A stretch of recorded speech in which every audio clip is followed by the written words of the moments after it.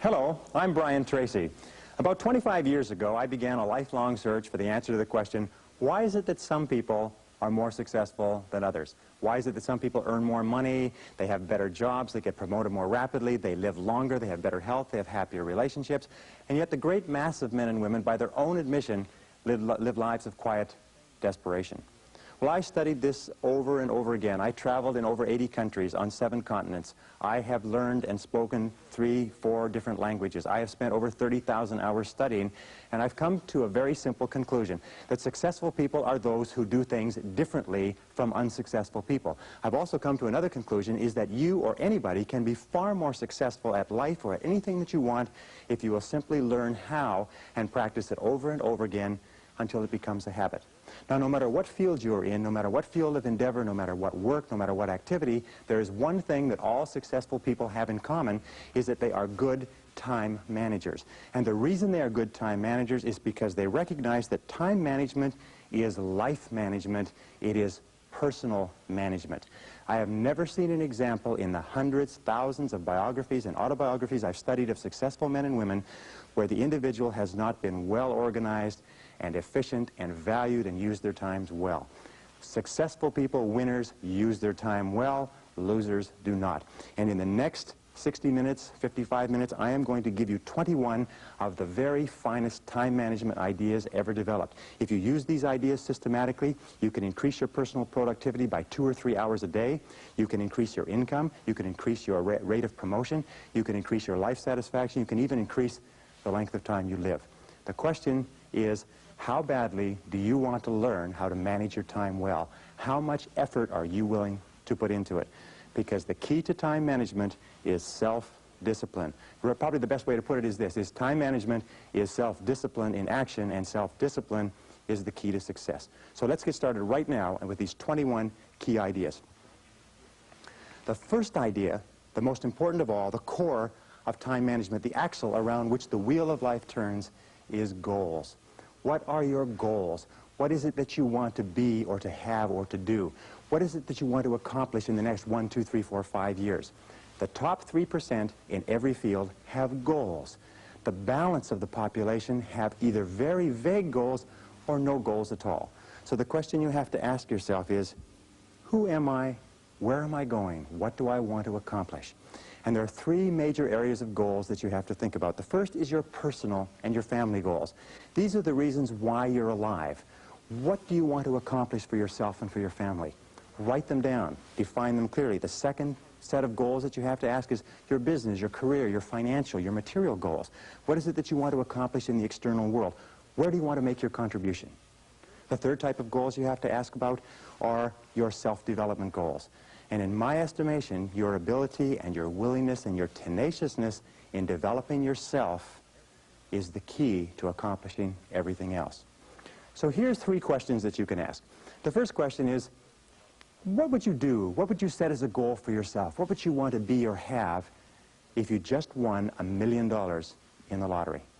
What would you do if you just won $1 million? If you had all the time and money, you're completely free to decide to do anything you wanted. If you won $1 million, what would you do differently? Think about that. Hold that in your mind. The second question is, what would you do if you just learned today that you only had 6 months to live? What if you only had 6 months to live? What would you stop doing? What would you do more of? Who would you spend time with? Now, the answer to that question is very interesting because what it tells you is what you really value. What is really important to you? And what we have found is that self-esteem, satisfaction, happiness in life comes from getting your goals and your activities congruent with your values, with your priorities, with what you consider to be really important. Now, here's the third question. The third question is, what one great thing would you dare to dream if you knew you could not fail? If you knew beyond a shadow of a doubt that you could not fail, what one thing would you set as a goal for yourself? Because sometimes answering that question will tell you the one thing that you've been put on this earth to accomplish. One final point with regard to goals is that goals must be in writing. You must write them down, you must rewrite them, you must define them, you must redefine them. The top 1% of successful people in every area have very clear, specific, written goals. And most of them carry their goals around with them. So let's go from goals as the core of success to point number 2, which is organized plans of action. In an interesting study, or a variety of studies that have been done, they've come to the conclusion that organized plans of action are the key to all success. In fact, action without planning is the cause of every failure. Action without planning is the cause of underachievement. Action without planning is the cause of frustration, time wastage, anxiety, stress, and lack of success in life. So organized plans of action are critical. Now, what is an organized plan of action? An organized plan of action is where you take your goal, you take your objective, and you write out every single step that you're going to have to follow in order to accomplish that objective.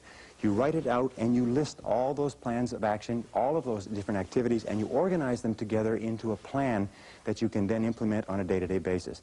You decide which has to be done first and which has to be done last, which is more important, which is less important. In fact, the ability to set goals and to create plans for their accomplishment is the master skill of success. If all you learned in life, all you learned in school, was the ability to be a continuous goal setter and a continuous planner, day and night, planning, organizing, planning, writing, thinking about what you're trying to accomplish, you'll accomplish more in a year or 2 years than most people accomplish in 10 years or an entire lifetime. It has nothing whatever to do, by the way, with your intelligence. It hasn't anything to do with your education. You know, half of the best educated people in the country are working for people who didn't finish high school or didn't finish college. I wrote an article for a major publication not long ago which said that if you do not have clear goals for your life, you are condemned forever to work for those who do. You see, in life it's very simple. Either you are working toward the accomplishment of your goals or you're working toward the accomplishment of other people's goals. Very important. Now, the third point in excellent time management is analysis. Make a list. In fact, it's been discovered that if you make a list before you begin any task or job, you will immediately improve your productivity by 25%. How do you make a list? Well, you make your list for the week, the Sunday or the Saturday before, and you make your list for each day the evening before. And you always work from a list. Now, why do you make it the evening before? The primary reason is if you make a list the evening before, the subconscious goes to work on your list while you're asleep.